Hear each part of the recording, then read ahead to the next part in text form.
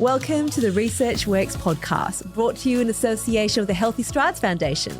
Your hosts are Dr. Dana Poole and Dr. Ashley Thornton, and we're here at the AusACPDM conference in Cairns, Australia, to interview world-leading researchers, clinicians, and people with lived experience to support your practice in being more evidence-based. Welcome back to AusACPDM. We are joined at the Research Works desk by Free Coulson. Welcome, Free. Welcome. Now, Free, your career trajectory is a little different to a lot of other researchers we've been speaking to. You actually started as an international circus performer, is that right? Yes, I did. Yeah, so I was a gymnast in school and then wanted to try something different, and I went to my cousin's wedding and I saw all these amazing things in the roof, and then I saw some signs on the wall advertising circus classes, and I was like, cool, I might try that. And then a year later I moved to Melbourne to study at the National Institute of Circus Arts. Wow. And then had a 20-year career as a performer.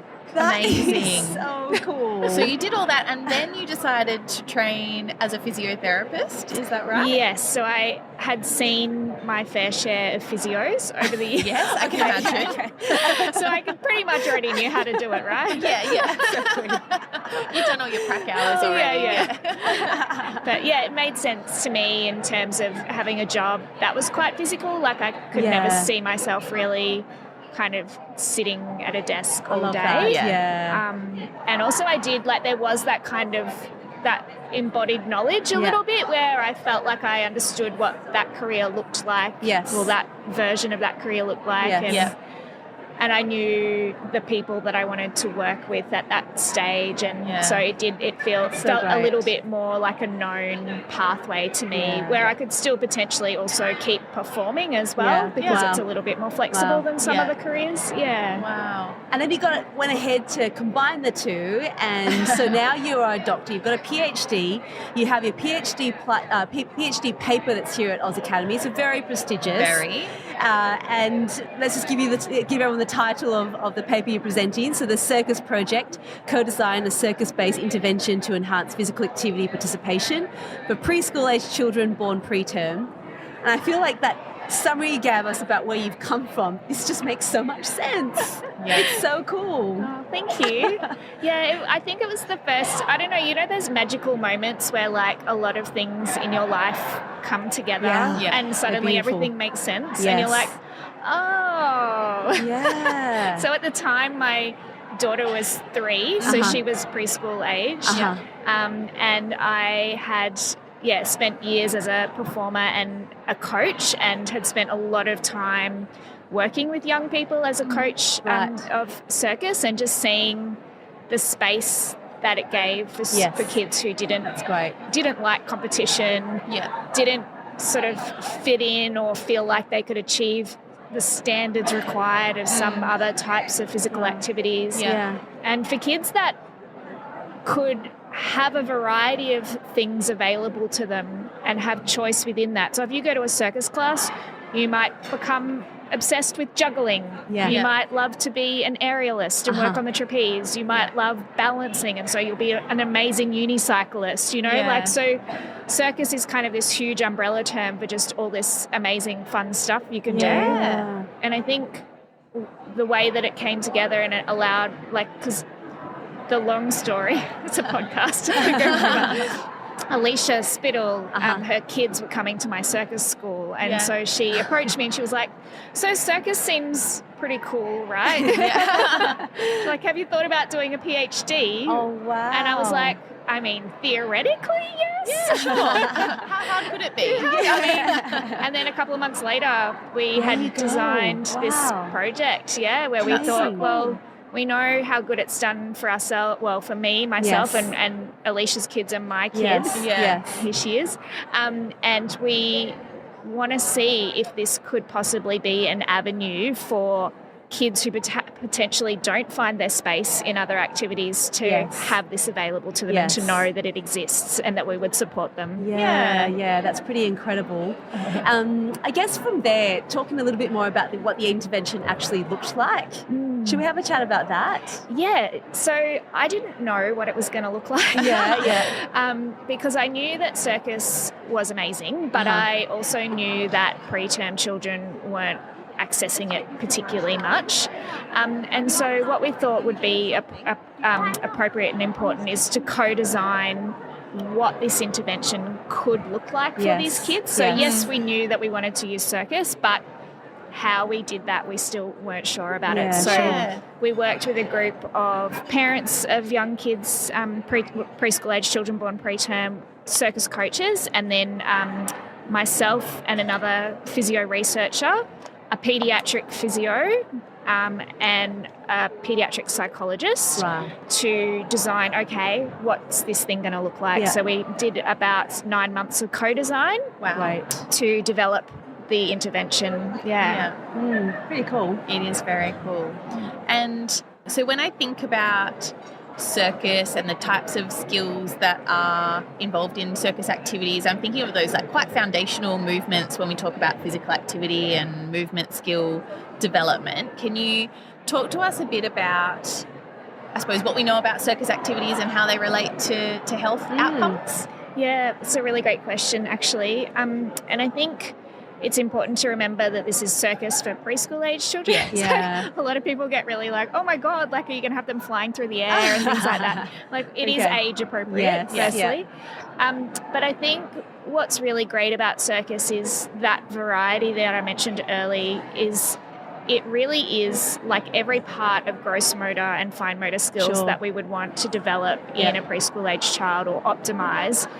We really can get all of that across this one kind of activity. And I think what's really great about this, and that's something that Leanne Suzuki and Ros Boyd have talked about in some of their research with circus as well, is the fact that we can take one therapy goal, so for example, increasing coordination, and there is about 75 billion things we can do in circus to work towards that one goal, amazing. All of which are brightly coloured, fun, like engaging. So great. And the thing about circus is that it's not about making something, like there's no standard, right? So you can juggle in whatever way you want to juggle, and that's the way that it works for you, because there's no predefined version of what the perfect juggling should look like.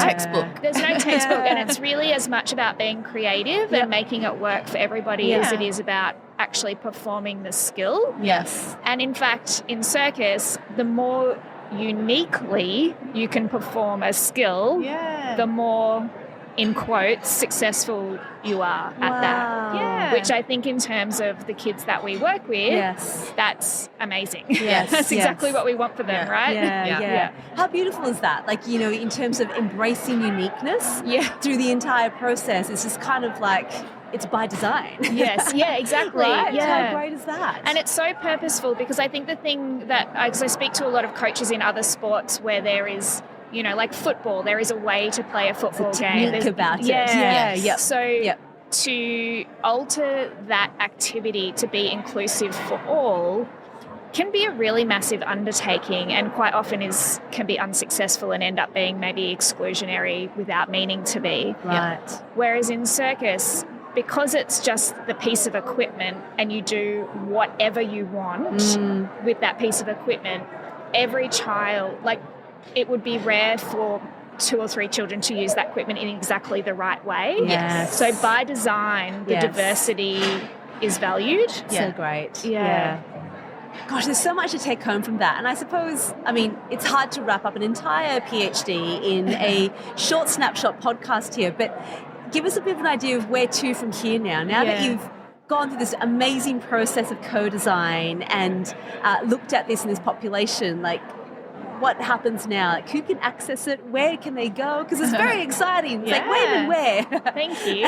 It is exciting. So we were able, lots of PhDs were done in COVID, and this was one of them. Yes. So we were able to test the first part of the co-designed intervention, which was a training program for coaches in understanding what it means to be born preterm, what impacts those children might carry with them, and how to best make the families feel welcome. And we were able to do that because we could run that training online. And so we did a feasibility study on that, looking at the a limited effectiveness, and it showed really, really positive outcomes. So that piece of work has now been transitioned into an MRFF grant, along with Alicia Spittle, Kate Cameron and Tara Fitzgerald to apply. Thank you. That's amazing. Go through another round of co-design to be able to apply that coach training across other sports. Right. The actual circus component, I'm still working out where to go with it, but one of the